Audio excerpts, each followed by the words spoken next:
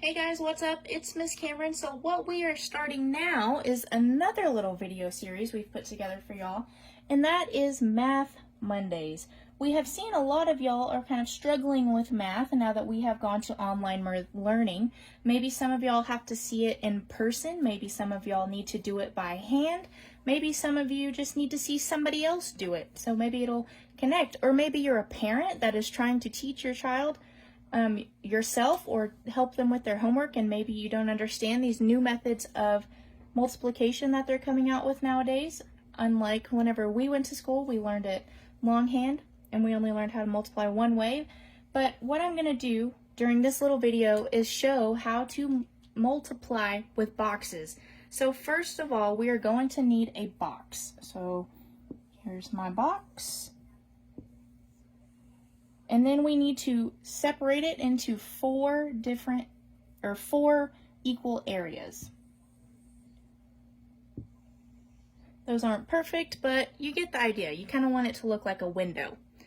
So we are going to be multiplying 26 multiplied by 31.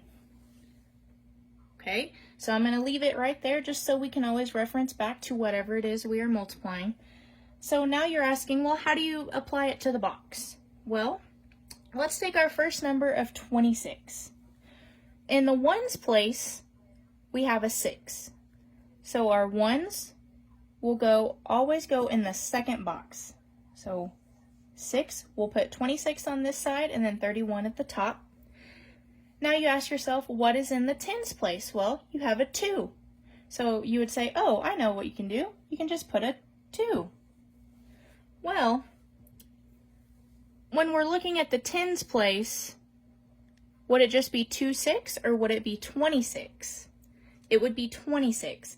So you would actually have to put a 0 after your 2 to represent 20, because whatever number you're multiplying has to equal the first number in your equation. So this would be 26. Because if we just had the 2 and a 6, that would actually just be a 2 and a 6. So now let's look at the second number, which is 31.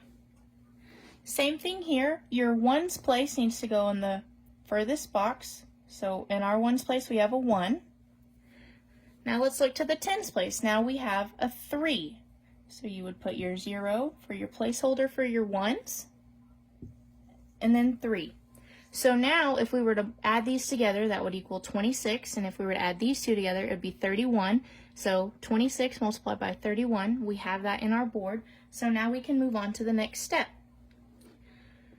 So it doesn't really matter which box you start with, but I always find it's best to start with the biggest numbers and get the biggest numbers out of the way first. So if you've ever done a Punnett square, this kind of works the same way. So you have 20 and you have 30. So the product of those two would go in this box. So if you multiply 20 by 30, you would write it in this box. But you're saying, Miss Cameron, that's just a whole other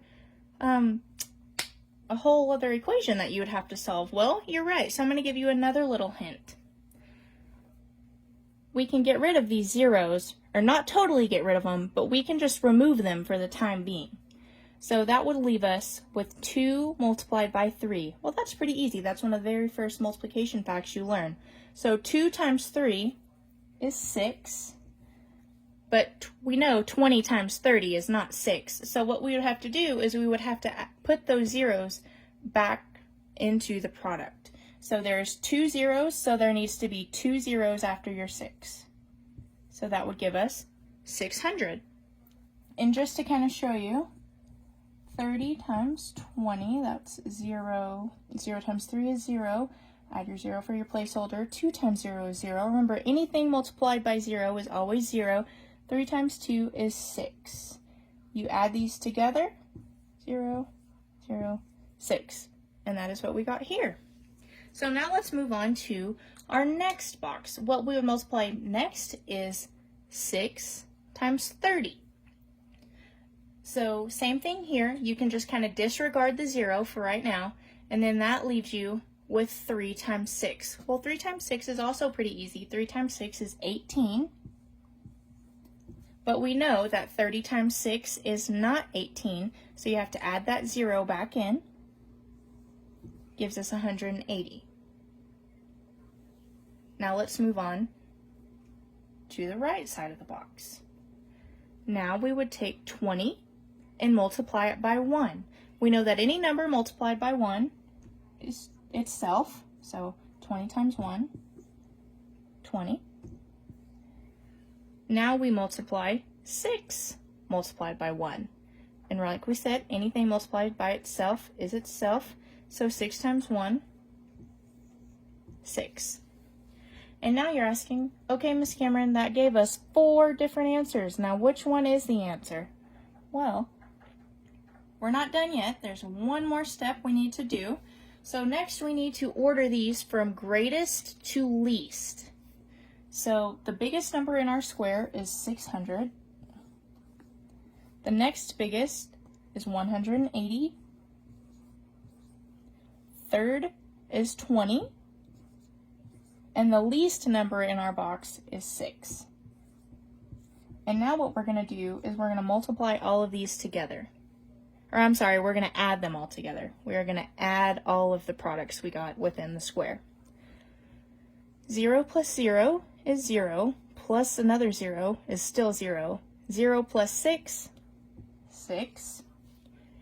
0 plus 8 is 8. 8 plus 2 is 10. We put our 0 for our placeholder, carry our 1. 6 plus 1 is 7, so 7. Plus 1 is 8. So that gives us 806. And now you're asking yourself, well, Miss Cameron, what if I need to check myself? Well, we know our answer is 806, so I'm going to erase this for right now. And we're going to take our original problem, 26 multiplied by 31. You don't have to do this longhand. If you want to check it in your calculator, that is okay too. But remember, always try it by hand first before you put it in the calculator. So we said 806 was our answer. Now let's see if Miss Cameron was right. 6 times 1 is 6. 1 times 2 is 2. Put your 0 for your placeholder. 3 times 6 is 18. Carry your 1. 3 times 2 is 6. Plus 1, 7. Add these together. 6 plus 0 is 6.